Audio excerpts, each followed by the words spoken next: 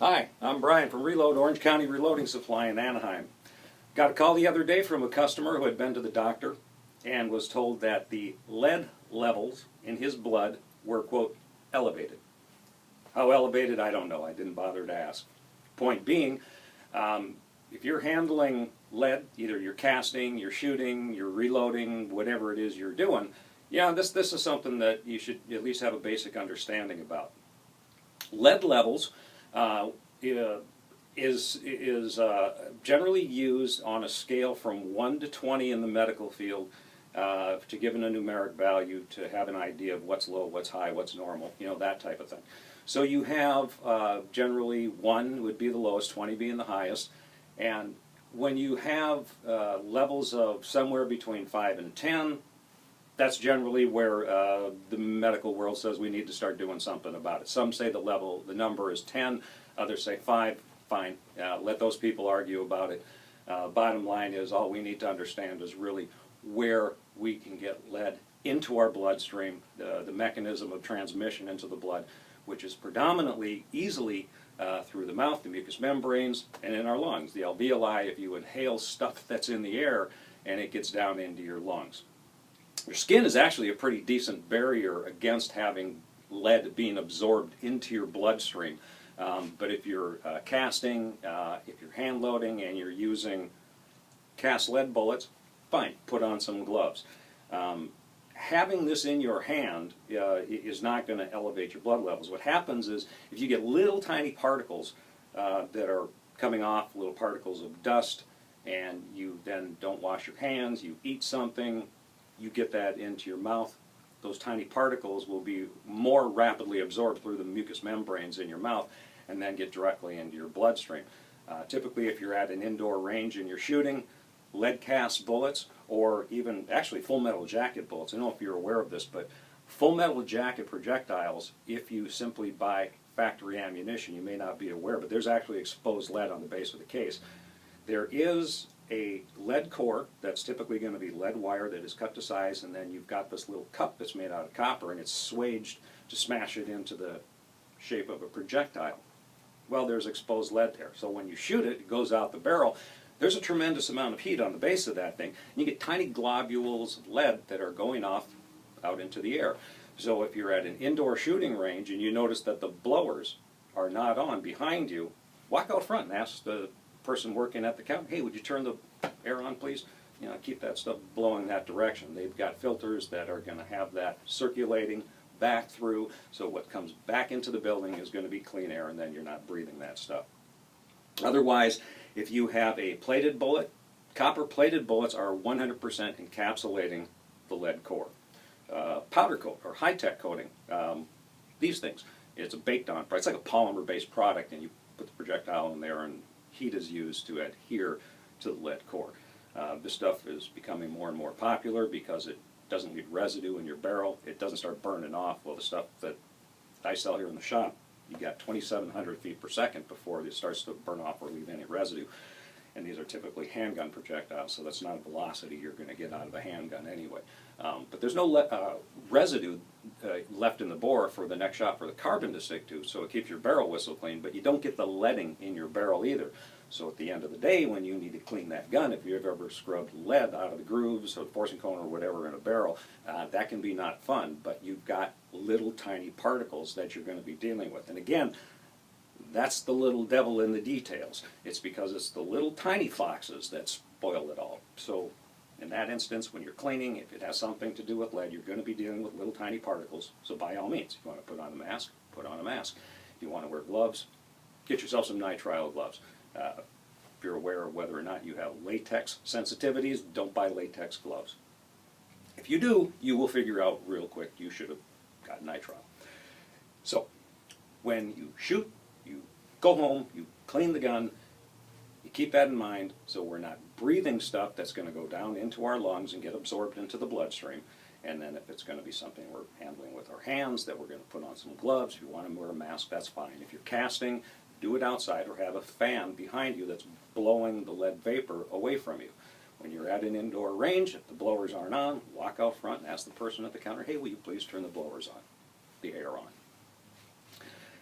So you get home, And if you're a hand loader, reloader, sometimes there is the preference to knock out the old primer first. Well, primers, by the way, most of them, not all, but many of them that are available in the market do have a tiny amount of lead that's in that priming compound. So you knock out the old one, now you've got a little tiny primer cap there that's got a little bit of lead in there. Keep in mind, you know, and you got a little bit of burnt carbon in there, and that stuff is accumulating, and whatever it is you've got accumulating the old primers, and that can have some dust coming up. Make sure you're not breathing that stuff and you're disposing of it without getting that either transmitted into your mouth or into your lungs. If you are going to throw your old brass into a separator and tumbler, and you're going to use walnut and corncob media to clean it with the old primer in there, keep in mind, tiny amounts of lead are going to come off and get embedded into the media. So that's why when you use this stuff, you know, you add a little bit of polish, keep it a little bit on the moist side, not wet, but you want to kind of keep the dust down, and that's sort of what you're after, which also helps keep the brass in the process of cleaning working faster to shine it up for you to get the job done. But if you are inclined to not knock out the old primer first, and you're simply taking your old 9 casings, throw them in your tumbler, and you clean them up, and you throw them into the separator. When you tumble the separator, your media is falling to the bottom of the bucket, and then the brass stays right there in the basket. Okay, that process, you're kind of agitating the media. That's when you open that thing up, or if you don't have a cover on it, you don't want to be breathing the dust that can come up. And the more that you use this stuff, the more that the media will begin to break down. As it breaks down, now you're going to start getting more and more dust. So, you know, this stuff is not expensive. You know, for $10, you can replace it. So you get, you know, 15, maybe 20 batches out of it. Throw it away, put it in a little plastic bag, put it in the trash, that's fine. And then get yourself some new media, put a little bit of polish in there so it's not real dry. That way you won't get a whole bunch of dust coming up. Okay? So you're not breathing that stuff as you use your separator. If you are using a rotary tumbler, remember, if you got the same thing, you know, the rotary tumblers are becoming very popular because you've got metal pins that are peening the casings, and man, do they get your brass clean, clean, clean. It looks nice. But, again, you've got a little bit of lead that's going to be in that primer. So the liquid that's coming out of that, you know, you want to make sure it's not splashing up into your face, into your eyes. You know, you got your hands are all wet, and it can have a little bit of that. You know, don't start picking your nose or decide you want to eat at that point, because you're going to introduce it into your bloodstream. Any of those kind of contaminants. So when you're using a sonic cleaner, it's the same type of thing. It's just, it really doesn't take a whole lot in the way of precautions. But if you've got elevated blood levels, okay, think about how it's getting into your bloodstream. Not, you know, oh, it's, you know, it's these bullets. It's a route. And you got to keep in mind, people who have the highest levels of blood, elevated blood levels of the lead, are typically people who are handling lead batteries. You know, there's other things in the environment, and kind of the interesting thing when I started looking into this recently to see what the current literature is saying out there, I had to dig quite a bit to find anything that had anything to do at all with shooting or the ammunition. You know, batteries with lead came up very frequently. There's still a great deal of information that's being put out there about children eating, you know, like toys that have lead-based paint. Apparently we've got toys that are coming in from overseas where these countries are still using lead-based paint. You know, little kids put stuff in their mouth. And that's where the biggest problem is coming from.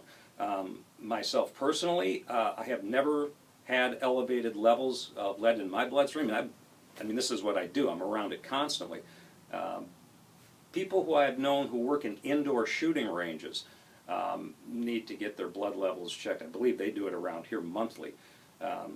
And they usually don't have excessive lead in their bloodstream. If they do, you know, you got to have, there's a treatment to get rid of it, or to lower it anyway. But your body likes to hang on to that stuff. And the real problem is going to be, you know, if a woman is pregnant, the blood being passed to the infant is going to have the same level as the mother. So, you know, if you're pregnant or planning to become pregnant, just stay away from it. Have your husband take care of all that stuff. You want to go shoot? Fine, go shoot. But there's no reason for a pregnant woman to be handling this stuff. Why take a chance? It isn't necessary. So you just keep in mind that it's the route of transmission into your bloodstream. okay, and there's maybe a tendency because we shoot, we hand load, we automatically think bullets, but actually the literature out there, there's not very much at all with regard to that. And it has to do with lots of other things. So that tells me that the real culprits are going to be, you know, something other than lead projectiles. Yeah, it can be. And you don't want to, you know, go out and, you know, shoot an elk with a lead core bullet that's going to fragment and have little pieces of lead going everywhere through the animal, and then you're eating all that. Obviously, you let that get destroyed, or burn it, or bury it, or something like that. But you don't eat stuff that you know is contaminated. I mean, that's something you ought to just be able to know. So if you have any questions, call your doctor. There's plenty of medical people out there who are happy to share more information with you about this type of thing than I do. This is just kind of basic. The main thing behind this is you need to understand how it gets into your bloodstream. And if you've got elevated lead blood levels, don't automatically just start thinking it's going to be the bullets, because frankly, you probably got some other means of transmission into your bloodstream from some other source, and it's highly likely it is something else, not the projectiles. It could be, but when you have the overwhelming amount of literature that's out there is addressing things other than shooting and bullets and that type of thing, that tells me that the incidence of transmission from this is actually quite low compared to, you know, if you like to, I don't know, recycle old car batteries that have got a lot of lead, that is going to be a problem for you very quickly, apparently, according to the literature that I've been reading. Happy trails!